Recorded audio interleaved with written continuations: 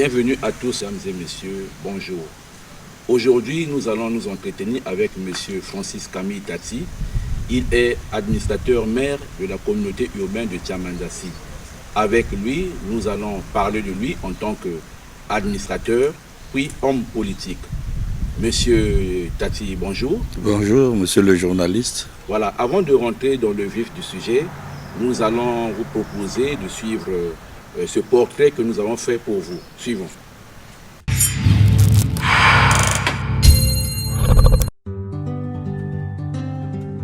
La soixantaine bien révolue, Camille Francis Tati a fait ses études secondaires au lycée Karl Marx de Pointe-Noire où il obtient un baccalauréat à 4.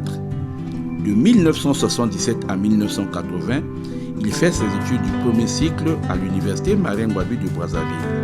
À la fin, il obtient une licence en droit public. En 1984, l'homme décroche à Paris sa maîtrise en droit public. En 1991, il est docteur en droit public international après un parcours universitaire couronné de succès. L'homme a bénéficié de plusieurs formations, parmi lesquelles celle relative à la gestion des collectivités locales à la Fondation Jean Jaurès à Paris en 1993. Il a plusieurs attestations dans les domaines tels la fiscalité et contrats en exploitation-production, hygiène, sécurité, environnement en 2006 à la CORAF et la liste est loin d'être exhaustive. Côté expérience professionnelle, l'on peut retenir de 1995 à 1997, il est consultant juridique au cabinet GAGEC. Entre 1998 et 2003, il assume les fonctions de conseiller à la formation des jeunes et à l'emploi auprès de l'administrateur maire de Pointe-Noire. De 2004 à 2005, l'homme est consultant juridique auprès du ministère des Hydrocarbures.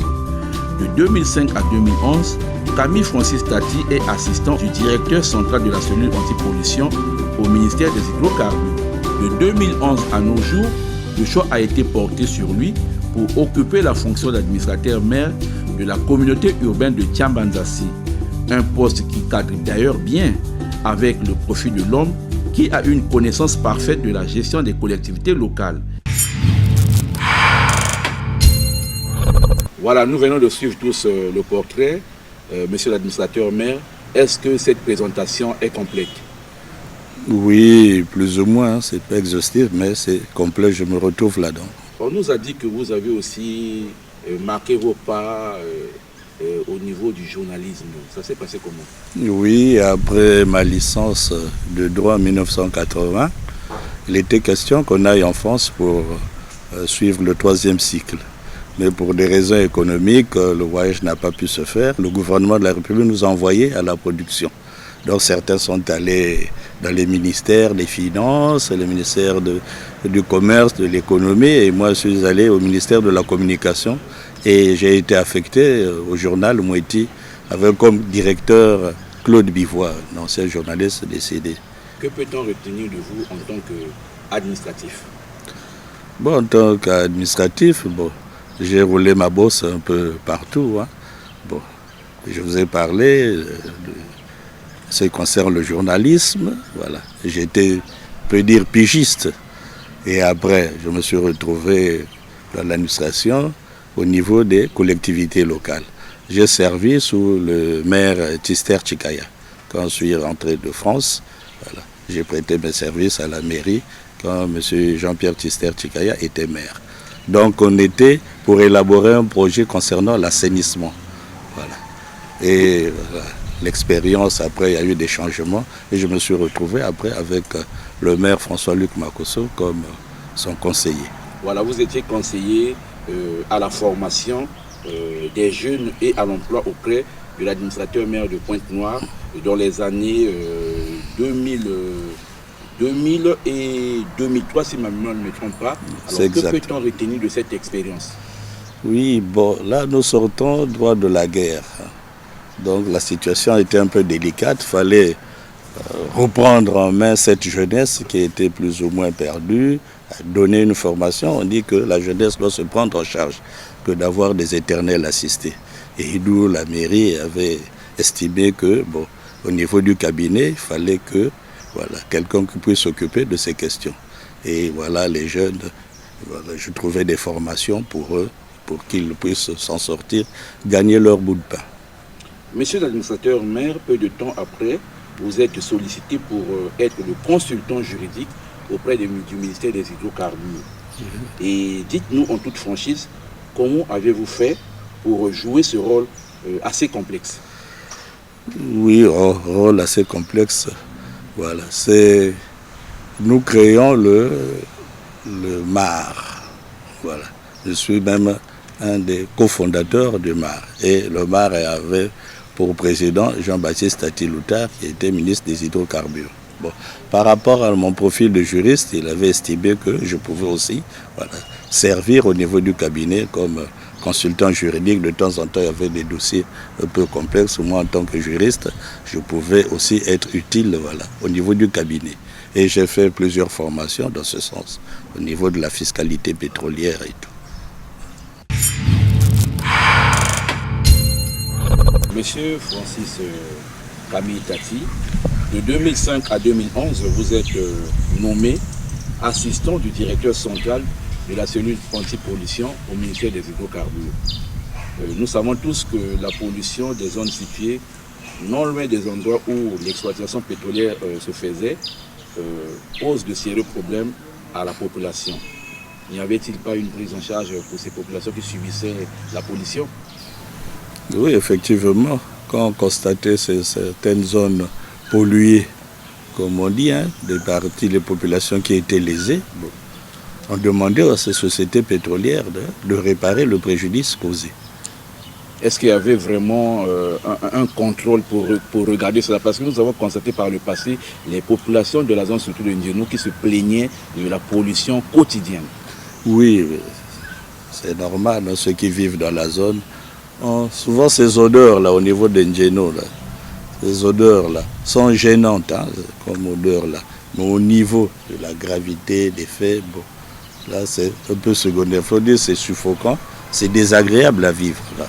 Donc du coup, l'État fait tout pour que ces sociétés-là puissent parer au plus pressé pour ne pas tout le temps gêner les populations dans leur vie quotidienne. Voilà, depuis 2011, vous êtes administrateur maire de la communauté urbaine de Tchambanzassi. Puisque, ça, on ne doit pas se le cacher, vous avez une grande expérience en ce qui concerne la gestion des collectivités locales. Dites-nous comment vous avez pu vous intégrer dans ce milieu. Sur le papier, vous avez eu la formation, mais la pratique, comment s'est faite l'intégration? Oui, l'intégration s'est faite progressivement. Vous avez raison de dire que on a eu la théorie, mais maintenant sur le plan pratique, surtout pour moi, parachuté dans une zone rurale, donc il y avait une période d'adaptation qui était plus ou moins laborieuse. Mais une fois dans le bain, au fur et à mesure, il fallait chaque fois se mettre un peu au diapason, corriger le tir, se mettre en contact avec les populations, surtout le dialogue avec les populations, puisque ces populations aussi vous apportent comme information et tout ça. Et puis vous vous nourrissez aussi de leur expérience. Donc il y a un échange, l'administrateur maire que je suis, avec les populations, et tout le temps par le dialogue et être sur le terrain. Voilà un peu le secret d'une bonne gestion des collectivités locales. Être à l'écoute des populations. La tâche vous paraît aisée ou bien difficile? Les deux à la fois. La tâche est exaltante, mais difficile, surtout là en ce moment en période de crise. Donc, par rapport à ces ambitions, tantôt on est obligé de revoir ça à la baisse. Sinon, c'est une tâche difficile, mais exaltante, comme je venais de souligner. Le contact avec les populations, écouter leurs problèmes et chercher plutôt à les résoudre. Ne pas être dans la démagogie. Sinon, après, vous avez l'effet inverse. Promettre, et puis ne pas réaliser. Dire ce qui est possible de faire, mais faire toujours avec les populations. Pas à leur place. Toujours dialoguer et qu'il y ait un consensus. Ne pas prendre des décisions qui se retournent contre les populations. C'est toujours être en phase avec eux. Vouloir faire ce qu'ils désirent et puis après, ensemble, l'administration et la population, nous trouvons un consensus pour dire voilà ce qui est possible de faire. Voilà. Qu'est-ce qui vous a paru complexe depuis que vous êtes à la tête de la communauté urbaine de Tchambanzassi? Ouais, la complexité est toujours là dans les échanges avec les populations. Il y en a qui sont des radicaux, voilà, qui ne veulent pas suivre la marche, qui sont toujours, surtout l'incivisme aussi des populations. Voilà. Vous voulez arranger des choses et après, voilà, on vient saboter ce que vous avez construit comme bien pour la collectivité locale, mais vous trouvez toujours des gens qui ne sont pas d'accord, qui viennent tout déverser, comme je prends pour les poubelles, là. On met des bacs à ordures, mais ils viennent jeter juste à côté et ça crée des immondices. Voilà. Donc c'est ces actes de civisme, tantôt qui vous mettent dans une situation un peu de colère. Voilà, vous avez dit au début de cet entretien que vous étiez cofondateur du parti Mouvement Action et Renouveau de l'ancien ministre des Hydrocarbures, Jean-Baptiste Tati Loutard. Est-ce que vous pouvez nous parler un peu de vous en tant que politique? Bon, en tant que politique, j'ai commencé à militer en France. C'est nous qui avons même créé la fédération RDPS France avec le député, l'honorable Paul Chinyumba. Et de là, on a milité, on est venu ici, le premier congrès du RDPS, c'était nous, même les délégués du RDPS. Et après la guerre, il y a eu brouille au sein du parti, il y en a qui sont restés, et nous avons préféré, pour des divergences un peu politiques, voilà, quitter le RDPS, et c'est là que nous avons créé le MAR, avec à la tête Jean-Baptiste Tati Loutard, Bouiti Roland Viodo, Max Toussaint Louemba, le défunt Gaston Yoyo, voilà. Presque une partie du RDPS, voilà, a quitté le RDPS pour créer le bar. Et nous étions au départ une dizaine à être là pour le noyau dur qu'on appelle. Et c'est même nous qui avons rédigé le statut. Moi, votre serviteur, j'étais chargé aussi de cette commission de la rédaction des statuts et du règlement intérieur du MAR. Monsieur Tati, l'histoire congolaise nous apprend que la majorité d'hommes politiques, sinon presque tous les hommes politiques sont les produits made in PCT. N'étiez-vous pas au PCT à l'époque, avant d'aller au RDPS? Non, non, non. Franchement, avant la conférence nationale, je n'étais pas militant d'un parti. C'est à l'issue de la conférence nationale, il y a eu cet engouement du multipartisme. Et voilà, mon premier pas dans la politique, c'était au RDPS. Monsieur l'administrateur, mais oui. Est-ce que vous allez nous promettre ici que vous allez nous dire la vérité, rien que la vérité, avant que je ne puisse continuer? Oui, oui, je suis transparent. Voilà, nous constatons que beaucoup de gens se cachent, oui, mais ils se cachent pour refuser qu'ils ont été au PCT. Alors que nous savons au pays ici, pour avoir un poste de responsabilité tel que le vôtre, il faut passer par le PCT. N'étiez-vous pas vraiment au PCT? Donc, le PCT, c'est le fils aîné. Le président de la République, je prends l'image, c'est le papa. Il y a eu comme premier enfant le PCT. Et du PCT, il y a eu maintenant ce parti qu'on appelle la satellite, parti allié, le MAR, le RDPS, MCDD, aujourd'hui qui constitue la majorité présidentielle. Donc c'est pas faire un jour que j'ai jamais appartenu au PCT. C'est un grand parti que je respecte, c'est un parti allié. Voilà. Mais ma franchise, voilà mon parcours du RDPS, je suis arrivé au MAR et je suis MAR, fier de l'être. Quel est le bon souvenir que vous gardez du RDPS? Ah, il y a eu cet engouement, vous savez, après la conférence nationale, cette fierté, et puis le leader, Tister Tchikaya, voilà, avec son charisme et tout, c'est vraiment lui qui m'a sidéré pour prendre ma première carte dans un parti politique. Voilà, j'avais de l'admiration pour l'homme. Donc on peut se permettre de dire que Tister Tchikaya était votre père politique? Oui, oui, oui, c'est lui qui m'a mis un peu le pied à l'étrier. Donc je ne serais pas ingrat pour cracher dans la soupe. Je reconnais ceux qui m'ont porté, voilà, sur ce plan politique. Êtes-vous fier d'être membre du parti Mouvement Action et Renouveau? Oui, fier parce que je suis membre du bureau politique du MAR. Donc depuis la création jusqu'à aujourd'hui, bon, je suis voilà, dans mes convictions. Hein, voilà. Je ne suis pas là à changer là parce que voilà, il y a le gain là-bas et tout ça. Bon. Moi, il faut rester, c'est ça. On veut la voir, le président de la République, avec des cadres comme M. Vouba, les Ngolo, les Bovi, qui sont restés droits dans leurs bottes. C'est des gens de conviction, même le préfet Alexandre Honoré Paca, PCT jusqu'au bout. Donc, c'est des hommes comme ça que je respecte, puisqu'ils sont ancrés dans leurs convictions, mais qui ne changent pas au bout des circonstances. Ça, je respecte. Et je dirais toujours, le PCT, c'est un grand parti, mais j'apprends beaucoup, hein, voilà, dans leur forme d'organisation et tout ça. On s'inspire même, puisque c'est le fils aîné, on s'inspire toujours. Monsieur l'administrateur maire, est-ce que, on ne souhaite pas, hein, admettons que le pouvoir pouvait basculer du côté et que le PCT arrivait à perdre le pouvoir. Oui. Ne seriez-vous pas prêt à quitter la majorité présidentielle? Parce qu'on sait que beaucoup d'hommes politiques congolais, excusez-moi le terme, sont de prostituées politiques. Est-ce que vous ne serez pas prostitué après avoir perdu le pouvoir? Il y a eu ce cas de figure. Hein. L'UPADES est venu après. Il y a eu 5 ans. On peut dire qu'on est resté là dans l'opposition. Je n'étais pas, voilà, je suis rentré, je n'étais pas dans l'UPADES et tout, parce que bon, le RDPS ou le PCT, parti allié, on n'était plus aux affaires. On est resté là pour travailler et revenir. Il faut créer toujours l'alternance, toujours qu'il y ait une majorité, une opposition. C'est bon pour faire respirer la démocratie dans le pays. Si nous tous, nous courons toujours vers la démocratie du ventre, la soupe populaire. Non, aujourd'hui, je vois, là, il suffit de prendre le micro, de crier, ouais, viva, viva, et puis voilà, dire, ah, c'est ça les gens visibles là, à qui, voilà, il faut faire la promotion. Non, il faut toujours prendre des gens de conviction, ceux-là, voilà, qui ont les pieds vraiment sur terre et tout ça, là, qui peut vous apporter des choses, là, des lumières par rapport au développement du pays. Donc, si on peut se permettre de le dire, parmi les choses que vous caractérisez, c'est la constance. La constance, c'est important. La fidélité paye en politique.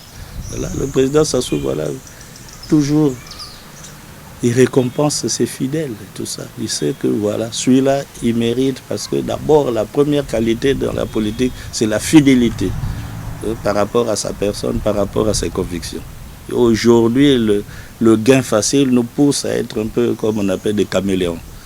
On change en fonction des circonstances. Non? Monsieur Camille Tati, aujourd'hui vous êtes administrateur maire de la communauté urbaine de Djambandassi. Vous êtes également membre du bureau politique du mouvement Action et Renouveau depuis la création. Ce sont là 2 tâches distinctes. Comment arrivez-vous à faire la symbiose entre ces deux? Non, mais c'est pas compliqué. Hein? Au contraire, les deux sont complémentaires. La politique m'apporte quelque chose dans la réflexion par rapport à ma tâche d'administrateur maire. Et moi, par rapport aussi à ma tâche d'administrateur maire, j'apporte cette expérience au niveau du parti. Le parti ne peut pas être en l'air. Le parti toujours doit s'inspirer de ce qui se passe sur le terrain à la base. Donc les deux fonctions sont complémentaires.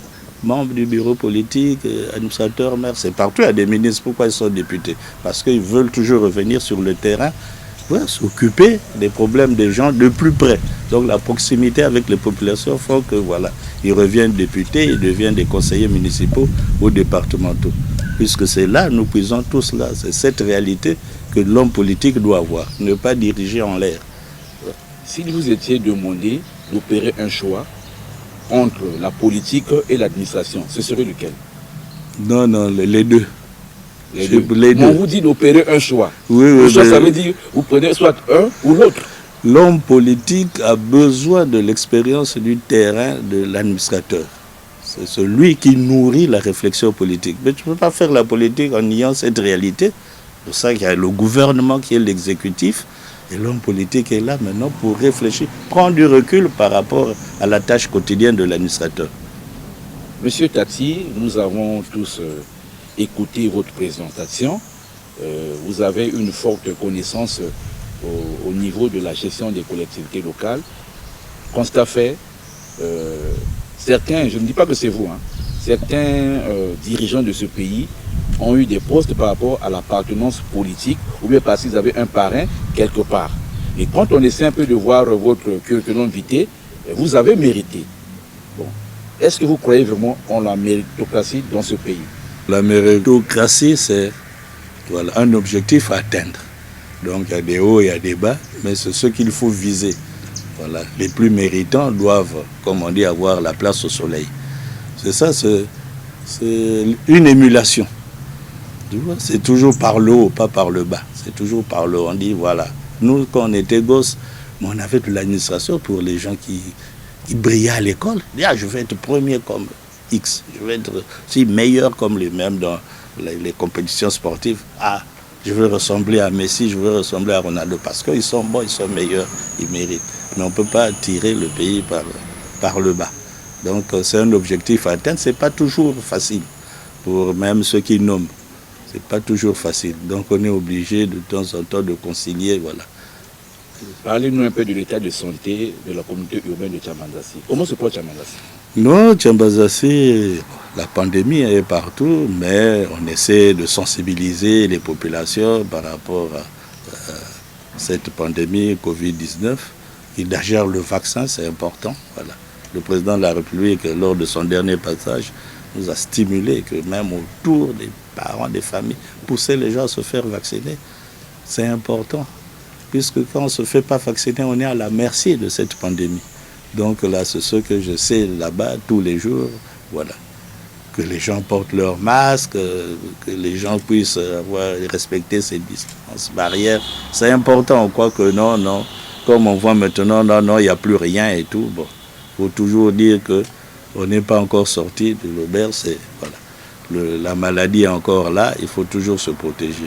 Bon, on a le centre de santé intégré qui est là, qui suit, donc tout le temps des campagnes de sensibilisation, tout ça. C'est pas facile, mais on essaie de s'y atteler. On essaie de s'y atteler, monsieur Tati. Dites-nous un peu un mot au sujet du sport. Êtes-vous sportif?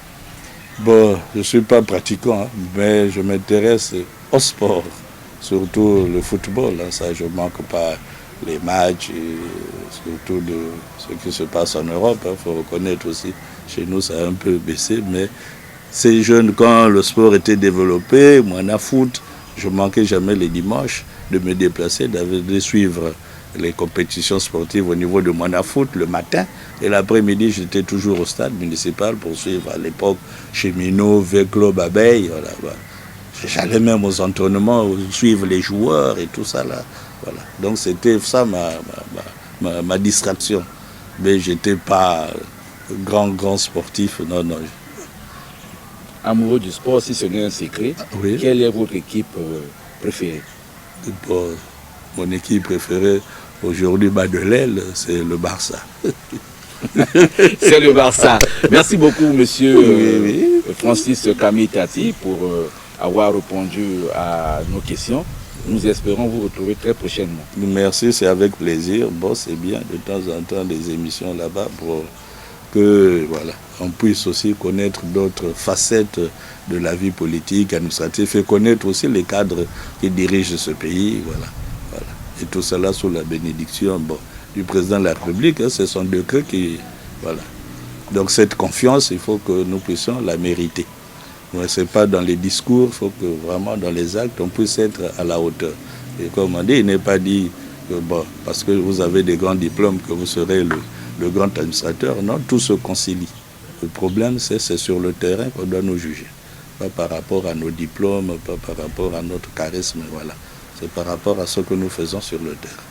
Et je vous remercie, messieurs les journalistes, pour cet entretien chaleureux qu'on a eu, cet échange. Voilà. Moi, je veux dire, c'est ma première interview à la maison, donc c'est une bénédiction. Nous espérons revenir vers vous très prochainement. D'accord, avec honneur et plaisir. C'est la fin de cet entretien. Je rappelle que nous étions avec monsieur Francis Camille Tati. Il est administrateur maire de la communauté urbaine de Tchambazassi. Avec lui, nous avons parlé de lui en tant qu'administratif et politique. Et nous avons effleuré un volet lié au sport. L'homme a dit qu'il n'est pas vraiment un fervent sportif, mais il est amoureux du sport. Nous allons vous retrouver à une prochaine occasion. Au revoir et surtout, n'oubliez pas à vous abonner à notre chaîne CB5 TV. Une fois de plus, merci. Allez. Bonne chance à la chaîne. Merci.